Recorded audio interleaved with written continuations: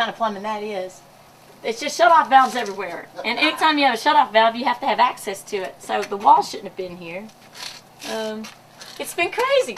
This stuff, that's an old junction box. And he said something about a 40 amps coming into it and connecting with a 20 amps coming in and connecting with 15. And it's all hidden up. All this was sheetrocked. And so basically we're taking down stuff now just to make sure what shenanigans have gone on behind this. Not that this is great sheetrock work and needs to stay. This was the window that, oh, I can show you the window the other contractor put up. Right. Well, this is one. This is how it's been since the storm, except that the new contractor came in until my new windows get in and kind of put this up. But it was an old screen door. This is totally open to the elements. This was not even here either, but it was an old screen door with the screen and a glass missing, and that. Very secure. Wow. I think everybody's got their own story. A lot of people came back right after the flood and moved back, and had to go through the whole rebuilding process of New Orleans, of stores not being open in neighborhoods and banks, and some of those people that are my friends they're exhausted, and now they're moving away.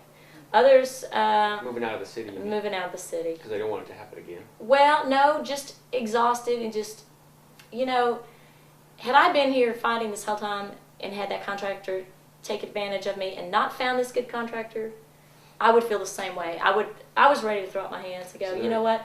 I can't deal with this house. I'm gonna have to let it go. And a lot of people are doing that. They're just putting the house up for sale as is. They're exhausted because of the contractors, because of the process, because of the looting. It's all this. Yeah, and you know, and maybe some of the politics too. But to me, the thing that was more exhausting to me, I could handle a hurricane. That's Mother Nature, and we live in a beautiful part of the country, and that's just part of the deal. You know, if you're going to live in New Orleans, you're going to gamble, and you might take some losses, but the rewards are so much bigger than the losses. That didn't even faze me. That was like, well, this sucks. Let me get the stuff gutted out, and here we go. You know. What really took it out of me was being taken advantage of by contractors, by renters who didn't pay or tried to pull shenanigans, you know. That's just exhausting. I was totally winded because I was working absolutely as hard as I possibly could on the road and everywhere, and scrimping and trying not living an extravagant lifestyle at all. I mean, I've never been somebody who believed in the fairy godmother or daddy taking care of me. I've always thought, you know, yeah, I'm independent, and it's probably the way I grew up too.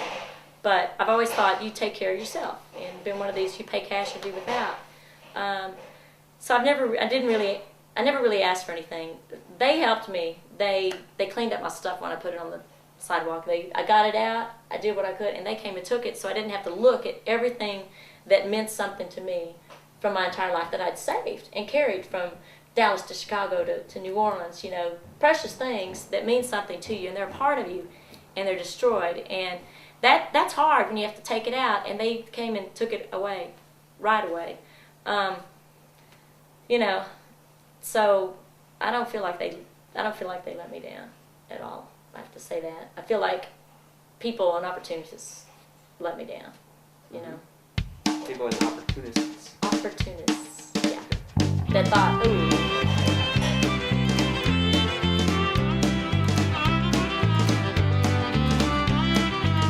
Out on the road, trying to make my way. Another town, another show to play. And every night, it's always never the same. Louisiana.